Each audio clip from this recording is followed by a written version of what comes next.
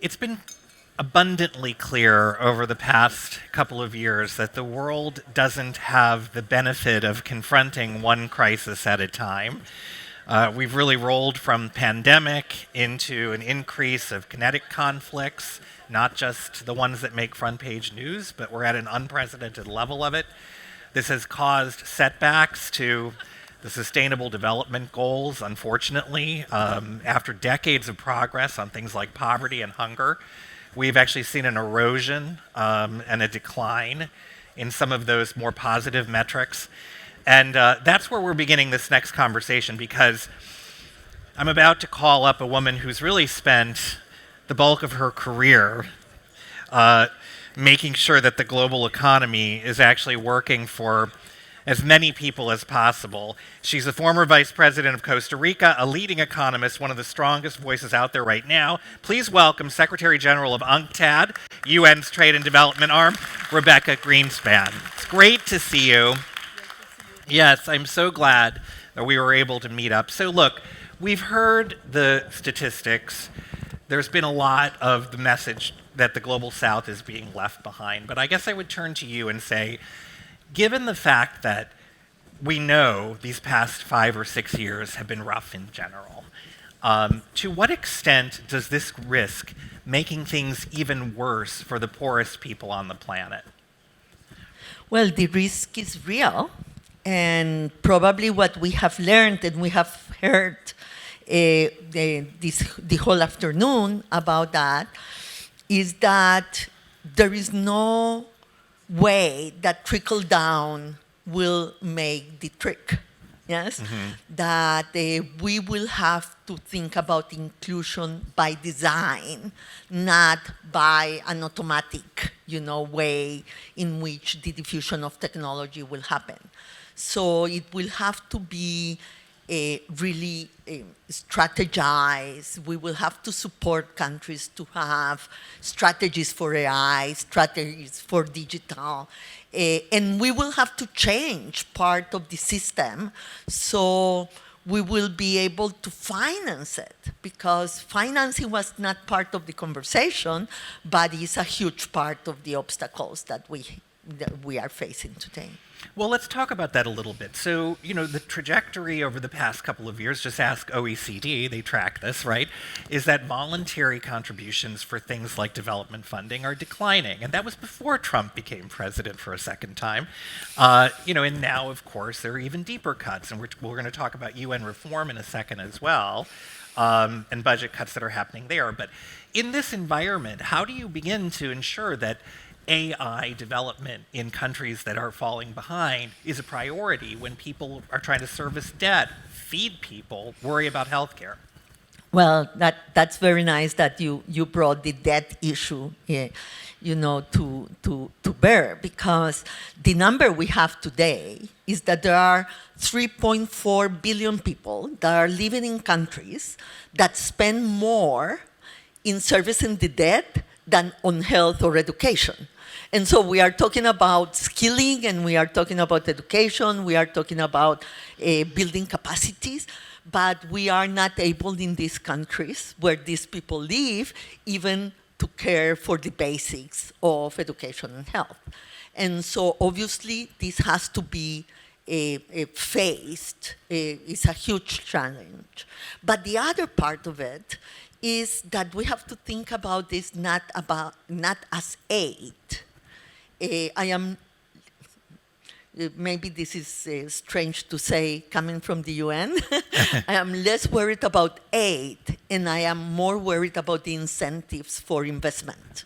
Yes, I'm more worried about the international financial system being able to scale up investment, crowding in private investment, to go to the places where investment won't go unless somebody assumes more risk. And that's what I would like to see from the international financial system. So how do you de-risk those investments? And I know this is a big conversation that's happening across the Bretton Woods organizations, for example. IMF, World Bank have been talking about this. But how do you make it more attractive for private sector to come in and invest in the kind of infrastructure that we're talking about? Well, first, I think that the countries have to do their job. Governments have to be able to have investment frameworks, legal frameworks, investment facilitation strategies that will, be able to have the conditions for investment to come. But even when that happens, the perception of risk of these countries is still too high. So what you will like from the multilateral system is the ability of the World Bank or the IMF to assume more risks, because that's what a development bank is about, or the regional banks, to assume more risk and to have devices, they have instruments for bringing down the risk of the countries. And I think that now, for what I hear from Banga in the World Bank and in the discussion, is that they are bringing all the instruments together in a way that will allow for the scale. And the problem is scale. It's not that we don't know how to do it. It's that the scale is not enough for these countries to benefit from the international system. And before we turn to trade, which I definitely want to talk about, which has been such a hot topic, of course, over the past several months, let's stay with, so World Bank just wrapped their annual meeting, and a big focus for them was agriculture, actually, right? Because 80% of the world's food comes from small farms, and extrapolating that, small businesses in general fuel the bulk of the economy.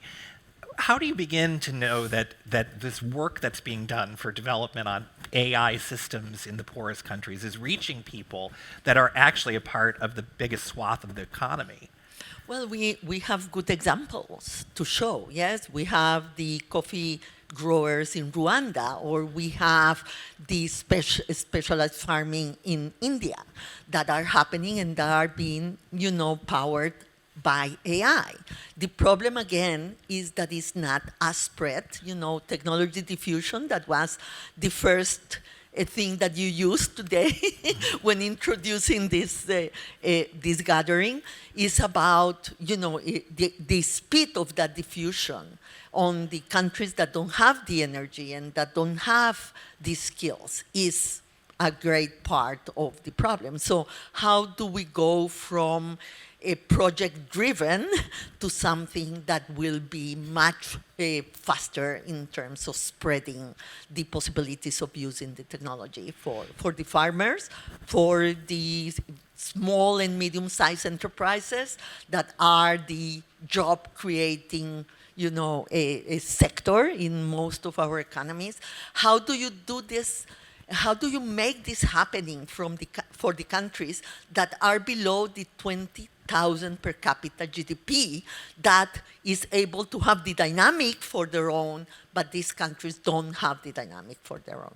And of course, all this is happening during this period of, I love the euphemism, fractured geopolitical environment, or at times dumpster fire, whatever you want to call it. But essentially, but before we get to AI and trade, which I do want to ask you about, what is the impact of just these trade battles in general on the poorest countries? Well, this is a sad story because if you take the least developed countries, that are the countries that most vulnerable countries on the world, or maybe let me start by saying this. In a way, I have said that we have avoided a trade war. We really don't have a trade war. We have difficult negotiations going on, more than a trade war. But it's true that it's a tectonic shift with respect to the trade regime we had before.